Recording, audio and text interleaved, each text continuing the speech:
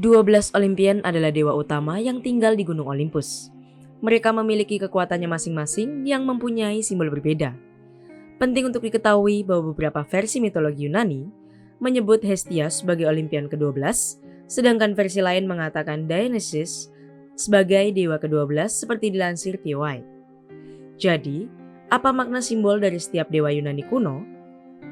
Zeus, dewa langit Yunani, mempunyai lambang petir atau halilintar, elang, angsa, awan, banteng, dan pohon ik.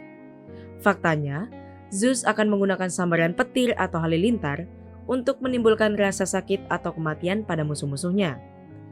Dia juga akan berubah menjadi berbagai makhluk, seperti elang, angsa, atau banteng. Pohon ik melambangkan kebijaksanaan agung yang dimiliki Zeus.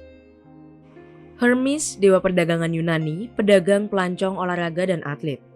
Caduceus, tongkat dengan ular terjalin, sepatu bersayap, topi bersayap, dan cangkang kura-kura. Faktanya, Hermes adalah dewa perjalanan. Jadi, dia sering dikaitkan dengan alat transportasi seperti sepatu bersayap dan topi bersayap. Hera, dewi pernikahan Yunani atau ratu para dewa, sering dikaitkan dengan mahkota, delima, merak, dan sapi. Faktanya, Hera adalah ratu para dewa dan sering dihiasi dengan diadem atau mahkota. Hewan sucinya adalah burung merak dan sapi. Hestia, dewi Yunani perapian dan rumah. Dia adalah salah satu dari 3 dewi perawan. Hestia selalu menyalakan api di Gunung Olympus, dan makanan selalu disiapkan atas namanya untuk pengorbanannya. Dionysus, sang dewa anggur Yunani, digambarkan dengan anggur, ivy, Tarsus ivy, dan kerucut pinus. Faktanya, Dionysus dianggap sebagai orang luar dari 12 Olympian karena dia memiliki ibu yang fana. Walaupun ayahnya adalah Zeus, memiliki ibu fana membuat Dionysus merasa terpisah dari yang lain. Poseidon, dewa laut Yunani, mempunyai lambang trisula.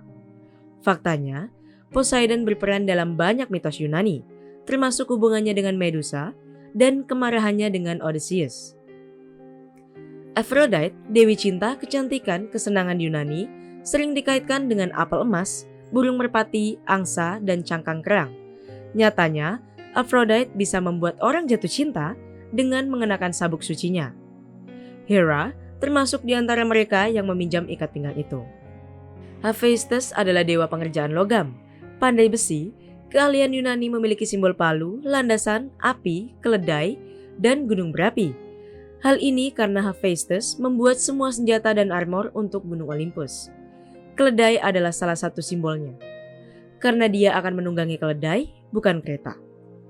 Apollo merupakan dewa penyembuhan, pengobatan, musik, dan puisi Yunani yang digambarkan dengan kecapi, alat musik, busur dan anak panah, ular sanca, karangan bunga laurel, dan matahari. Faktanya, Hermes menemukan lyre tetapi menggunakannya untuk melawan Apollo saat mencuri ternaknya. Ketika Apollo menyadari bahwa ternaknya telah dicuri, dia menghadapi Hermes yang mulai memainkan musik di lyre. Apollo sebagai dewa musik jatuh cinta dengan musik di lyre dan mengizinkan Hermes memelihara ternaknya sebagai ganti lyre. Artemis adalah dewi binatang dan perburuan Yunani, dikaitkan dengan busur dan anak panah, rusa, anak panah, dan bulan. Artemis secara tidak sengaja membunuh sahabatnya Orion dengan busur dan anak panah karena Apollo membuatnya percaya bahwa Orion adalah penjahat yang telah memperkosa salah satu temannya. Ares, dewa perang Yunani, digambarkan dengan tombak dan helm, baju besi, anjing, kereta, obor, dan burung nazar.